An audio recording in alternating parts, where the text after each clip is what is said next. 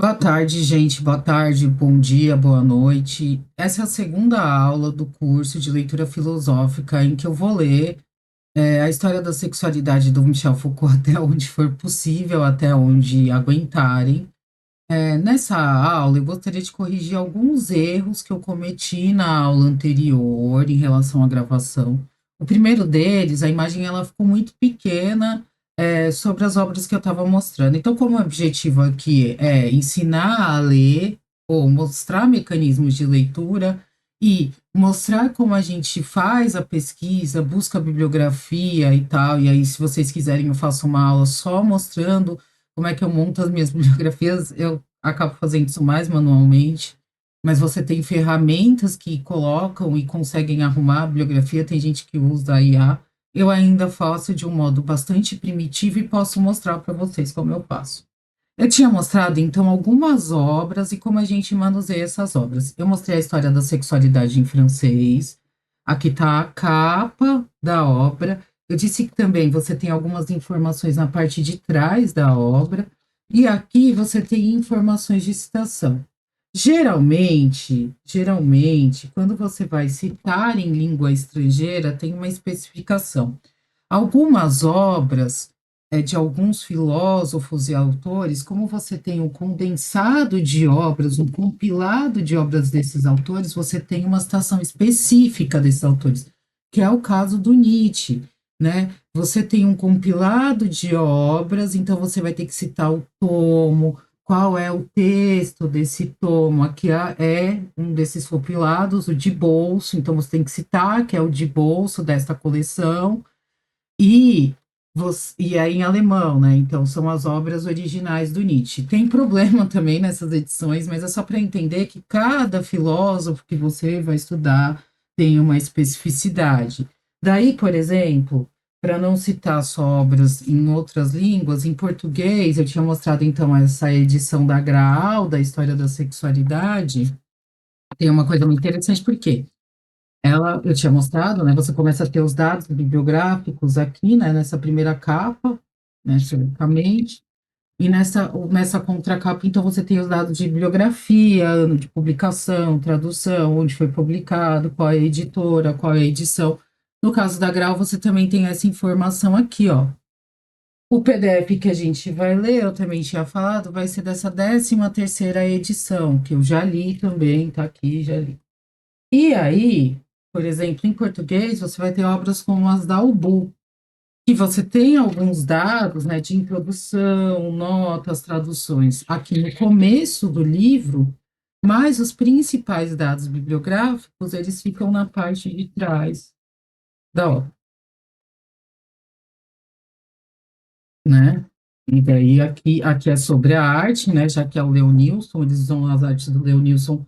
Teve até exposição no MASP para fazer essas publicações do Foucault, e aqui você tem os dados bibliográficos, então sempre na parte de trás da obra.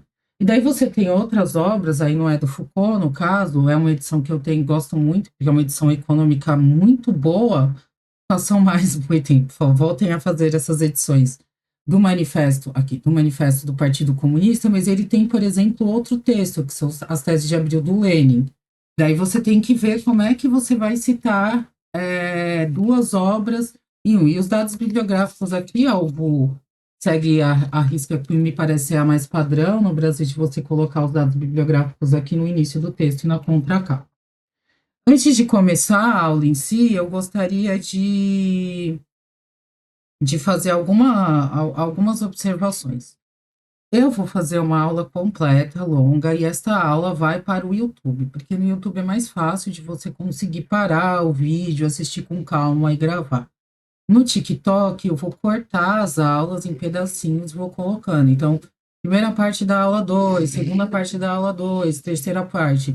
Porque daí, assim, o TikTok, como é uma rede mais rápida, os vídeos não ficam tão grandes e vocês conseguem ir acompanhando. Quem tiver interesse de assistir a aula completa, pode ir no YouTube. Eu vou só pedir um minuto, eu vou ficar aqui. E daí, a gente vai, então, começar a aula.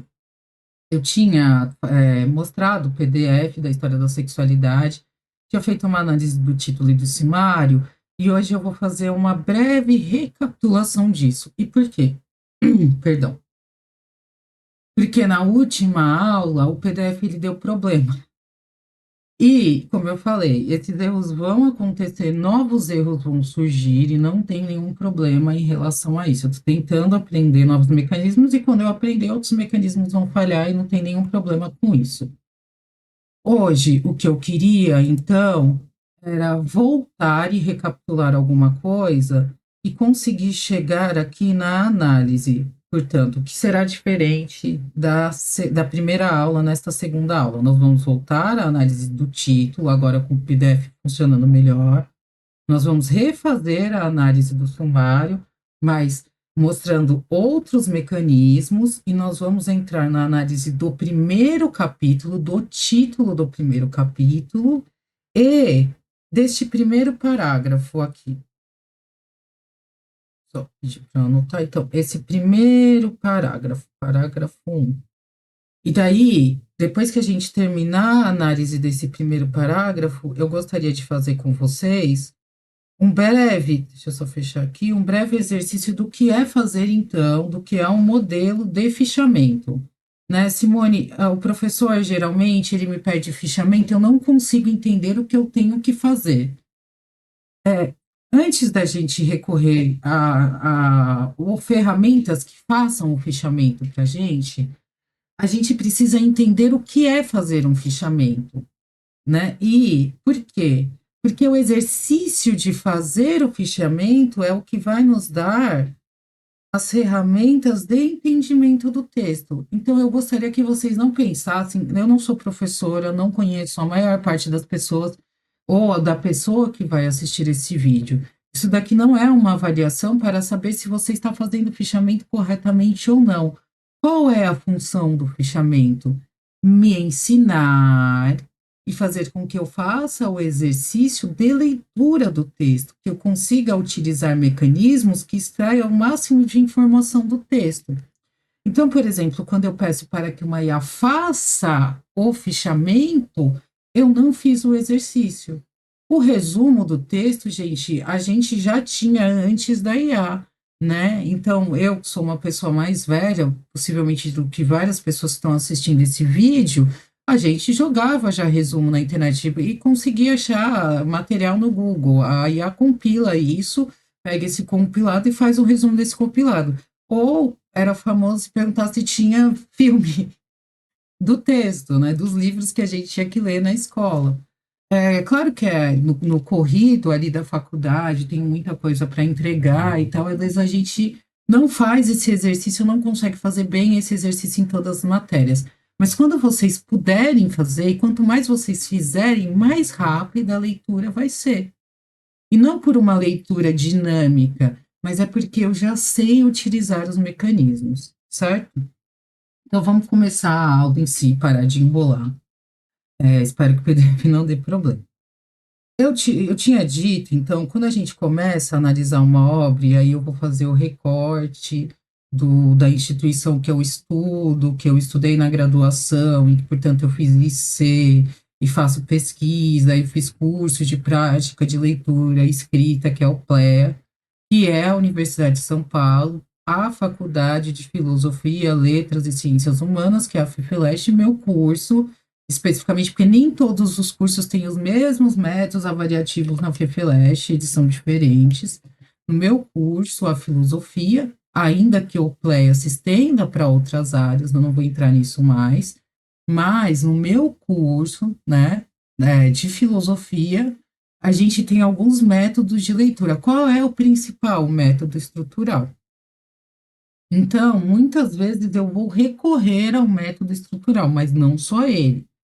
A gente vai também usar bastante de método analítico. Existem outras formas? Claro que existe a sua forma particular. O que eu estou ensinando aqui são algumas ferramentas, né? Então, a partir dessas ferramentas, o que a gente sempre começa a fazer? A olhar o título. Eu tinha falado para vocês, então, a história da sexualidade é o objeto de estudo do Michel Foucault nesta obra. Eu mostrei uma obra aqui, a UBU, ela lançou 3 obras já de documentos do Michel Foucault, né, de documentos póstumos que foram lançados. Esse aqui, A Crítica, foi o último. Nesse ano vai sair o curso que o Michel Foucault fez sobre sexualidade em 1975. Ele ministra uma parte aqui na USP, em São Paulo, não consegue terminar o curso por motivos de ditadura militar. Mas esse curso, a tradução desse curso, feita por um dos maiores especialistas do Brasil em Foucault, que é o Hernani Chaves, vai sair no segundo semestre desse ano. Eu tenho Loucura e Linguagem, ele está aqui, eu não vou pegar, e tenho o outro sobre a vontade de saber, esse eu não tenho. Eu acho que é a vontade de saber ou cuidado de si, acho que é sobre o cuidado de si. Já é sobre o último Foucault. Mas, então, o que que a gente tem? O Foucault está fazendo aqui um compilado de uma pesquisa que é extensa. Cito, por exemplo, este curso do Foucault, que é também documento póstumo, que saiu pela Zahar, que ele é de 64, 64, tá? Que também é sobre sexualidade. O ano de publicação da história da sexualidade, ele é 1976. Então, veja, nós temos um longo percurso do Foucault pensando sobre a sexualidade, fazendo pesquisa, e a primeira obra dessa grande pesquisa vai ser, então, a história da sexualidade, a vontade de saber. Eu tinha falado isso para vocês. E por que que eu consigo já enxergar isso na página inicial? Bom, porque quando ele fala que ele vai falar de uma história da sexualidade, esse é, portanto, seu objeto de pesquisa, né? Ele se refere, então, à primeira parte. Esse aqui é o volume 1. Se esse aqui é o volume 1, eu presumo que existe mais um ou mais volumes, certo? A gente sabe que são 4 volumes da história da sexualidade, foi o que o Foucault conseguiu publicar até 1984, o ano que ele morre, que ele falece. Então, da história da sexualidade, que é o objeto, portanto, do Foucault, de estudos, nós temos um campo específico nesse primeiro livro que ele está lançando sobre essa temática, que é a vontade de saber. E aqui eu já gostaria de explicar algumas questões de quando a gente vai ler uma obra. Tem um curso, eu já falei, já acabei de mencionar o PLE. O PLE, ele tem um curso no YouTube que você pode ir lá assistir as diversas aulas e o professor está explicando. Na primeira aula, a professora que está ministrando esse curso do PLE, ela falou uma coisa muito interessante. Quando a gente vai ler uma obra, a gente vai armado de 2 coisas. O primeiro, o reconhecimento dos códigos, então eu vou me ligar aos códigos que eu já conheço, e o segundo, um sentimento ou de apologia ou de animosidade diante desses códigos. Se eu gosto do autor, ouvi falar bem, eu vou o quê? Fazer uma apologia. Então, por mais que eu não esteja entendendo, eu vou me esforçar para encaixar aquela forma ao que eu gostaria de extrair do autor. A segunda é uma animosidade em relação ao texto. Eu não gosto do autor, odeio ele, então eu já nem dou o benefício da dúvida. O que a gente vai fazer quando a gente lê um texto, que já é um texto cânone, reconhecido pelos pares, é pelo menos dar o benefício da dúvida ao autor. É claro que não é possível eliminar o que a gente já conhece da obra, os códigos que a gente já conhece. Mas agora, de fato, tocando a obra, eu preciso questionar se o autor está mesmo atendendo às minhas expectativas negativas ou positivas ou não, e se eu de fato entendo os códigos a partir do que ele está expondo. Então, eu preciso me colocar em posição de dúvida e dar o benefício da dúvida a ele. Essa seria a primeira posição. A segunda posição é começar a interrogar ao texto. Ora, por que a vontade de saber? Eu não conheço, Simone não conhece nenhum período histórico que se referencie à vontade de saber. Quando a gente pensa, então, em períodos históricos, né? Vou colocar aqui, ó, períodos históricos. PH para a gente hoje é períodos históricos. Deixa eu fazer direitinho.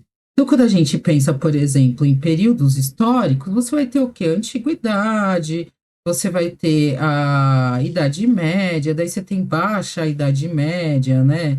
Alta Idade Média, sei lá, daí você tem a Renascença, daí você tem a modernidade, né? Daí, sei lá, o Foucault chama de era clássica, contemporânea. Você tem várias nomenclaturas que se referem a uma temporalidade histórica.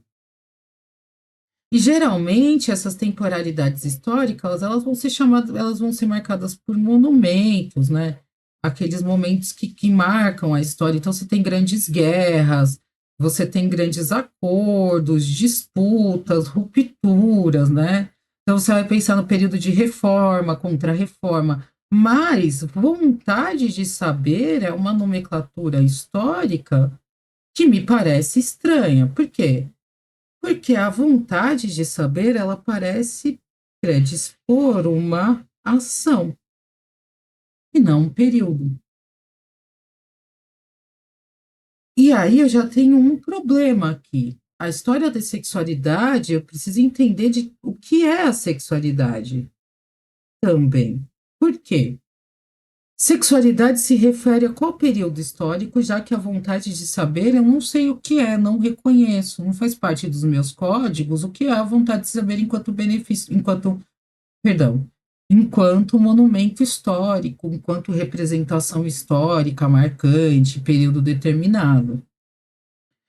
E aí eu preciso entender, então, quando ele estava falando de história da sexualidade, o que que é essa sexualidade e o que é essa temporalidade a qual ele está se referindo como vontade de saber.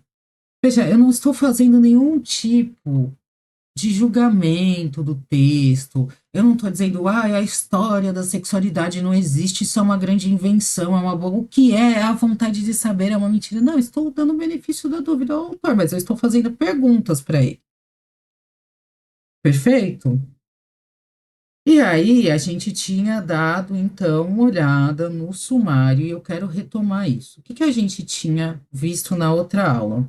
Vou tentar focar bastante aqui no sumário, pra gente, porque acabou ficando cortado. E essa foi uma das partes que mais me incomodou, porque eu acho que a análise de sumário é importante, porque quando a gente vai escrever os nossos trabalhos, é no sumário que a gente vai mostrar o quê? A estrutura lógica do trabalho, que significa dizer qual foi o caminho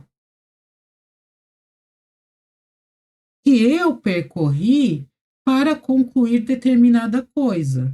E aí eu disse para você, se a gente olhar bem, você tem aqui um primeiro capítulo, segundo capítulo, terceiro capítulo, quarto capítulo, quinto capítulo, certo? Então eu tenho 5 capítulos. Esses capítulos, eles parecem obedecer uma ordem. Veja como isso é quase matemático. Ele tem uma apresentação, mudar a cor da caneta para ficar melhor, porque senão ficar tudo preto, fica ruim. Ele tem uma apresentação, eu não consigo fazer distinção. Então, geralmente, quando eu começo a fazer os meus fichamentos, quando eu comecei a fazer os meus fichamentos, eu fazia distinção de cores do que era cada coisa. A gente vai ver como pode ser usado esse recurso. Eu não uso mais assim, mas para quem consegue se organizar dessa forma, fica fácil também.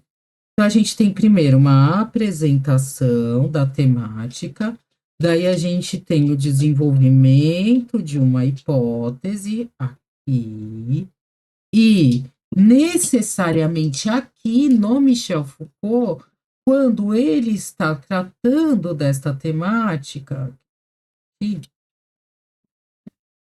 vai diminuir, é isso, diminui um pouquinho. Quando ele está tratando desta temática, ele repete a linguagem do sistema ao qual ele está se referindo, certo? Então, por exemplo, quando ele diz nós vitorianos, ele está partindo de uma determinada época. Nós bem sabemos que os vitorianos, eles se referem a um período histórico bastante conhecido, a partir de uma determinada localização histórica que vai reverberar para o mundo. Eu não quero entrar nisso agora, mas o que eu quero dizer aqui, quando eu bato os olhos, se eu já conheço o código do que é vitoriano, eu já percebo duas coisas. Que o Foucault conhece período histórico, então, portanto, isso daqui provavelmente não é um erro, não é um erro. É um recurso que ele está utilizando e eu preciso entender no decorrer do texto qual é o recurso e o que ele quer dizer com esse recurso, porque aqui ele vai usar, então, período histórico. Esse período histórico está se referindo ao quê? Ele está se referindo a um sistema teórico, que tem como a sua hipótese principal o repressivo. E aí ele vai apresentar essa hipótese e desenvolver, então, essa hipótese aqui. Esta hipótese é do Foucault? Não sei. Eu ainda não comecei a ler o texto. Não sei se é dele, pode não ser dele. Ele pode estar analisando a hipótese de outra pessoa. Eu disse também que quando eu penso em repressivo e vitoriano, eu vou pensar num certo campo, portanto, teórico, que é a psicanálise. E quando eu vou, então, para o desenvolvimento, essas duas partes dentro do desenvolvimento da hipótese, a gente tem palavras que são códigos comuns aos discursos psicanalíticos, né? Que é a questão do próprio discurso e a questão do perversa, que é uma nomenclatura, não no caso nosológica, mas é uma nomenclatura que a psicanálise usa para descrever determinado fenômeno. E veja, eu tenho total dificuldade da linguagem da psicanálise, devo ter falado alguma besteira, porque eu não tenho domínio, certo? Mas sei do que ele está falando aqui. Então, quando eu olho isso, eu tenho outro problema, que é, ele está dizendo a incitação. Ora, se a hipótese é repressiva, como é que ela faz incitação de discurso? Ela deveria reprimir, o problema primordial deveria ser a repressão. Segundo, se a hipótese é repressiva, ela deveria o quê? Retirar a coisa do lugar, fazer com que ela desapareça, com que ela suma, com que ela seja excluída. Como é que tem uma implantação do perverso, né? Implantação perversa, como isso é possível? Então, veja, novamente, me parece, ou nos parece, ou pode nos parecer, que o Michel Foucault, no mínimo, ele está deslocando as categorias de lugar. Eu não vou usar a palavra efeito dialético aqui, porque a gente vai ter que entender se ele está usando uma dialética ou não, se é este o recurso que ele está usando ou não. Até aqui, os dados estão aqui, eles me parecem estranhos, eu os analisei, mas eu ainda não entrei no texto. Eu disse também, então, que a gente consegue achar uma segunda estrutura, que é o que seria o segundo bloco do texto que comporta dois capítulos, como foi outrora, como foi anteriormente. Então, nós temos o capítulo 3, o capítulo 4, que tem uma apresentação, que é o quê? Não mais um período, mas um certo fazer, né? Uma ciência sexual. E ciência sexual, eu não falo latim, mas como se fosse uma ciência da sexualidade, uma ciência que está sendo feita. Desta apresentação desta ciência, que a gente não sabe qual é o período de desenvolvimento dessa ciência, nós vamos ter o quê, então? Um dispositivo de sexualidade, que é, portanto, uma hipótese. Esta hipótese é do Foucault? Eu não sei ainda. Não sei, não li o texto. Para essa hipótese, eu havia dito a vocês que a gente tem, então, uma separação aqui de quatro partes.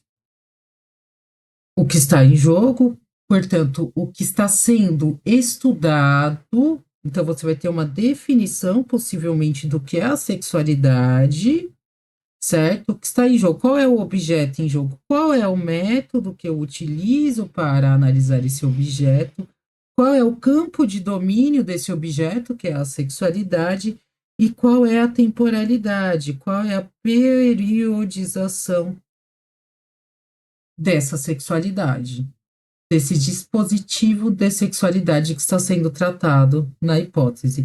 Veja, ele vai seguir então uma linguagem científica para pensar a sexualidade. E aí vem o outro problema, e esse eu só passei por cima na outra aula.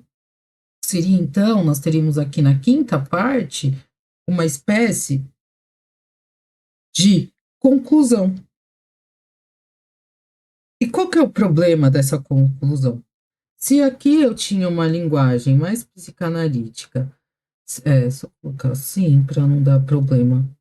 Se aqui eu tinha uma linguagem mais metodológica científica, aqui eu começo por uma linguagem jurídica, o direito, então nós temos uma linguagem jurídica de morte, né?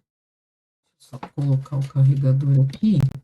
Então nós temos o direito de morte, então nós temos uma linguagem jurídica e nós temos o poder sobre a vida. Essa linguagem do poder, ela é política. Veja, em nenhum momento aqui ele utilizou linguagem aqui, em nenhum momento aqui ele usou linguagem jurídica e política, em nenhum momento aqui ele usou linguagem jurídica e política, mas na conclusão ele vai usar, então, uma linguagem jurídica e uma linguagem política para falar do quê? Da morte e da vida. E aí eu posso me perguntar o que ele está chamando de morte e o que ele está chamando de vida.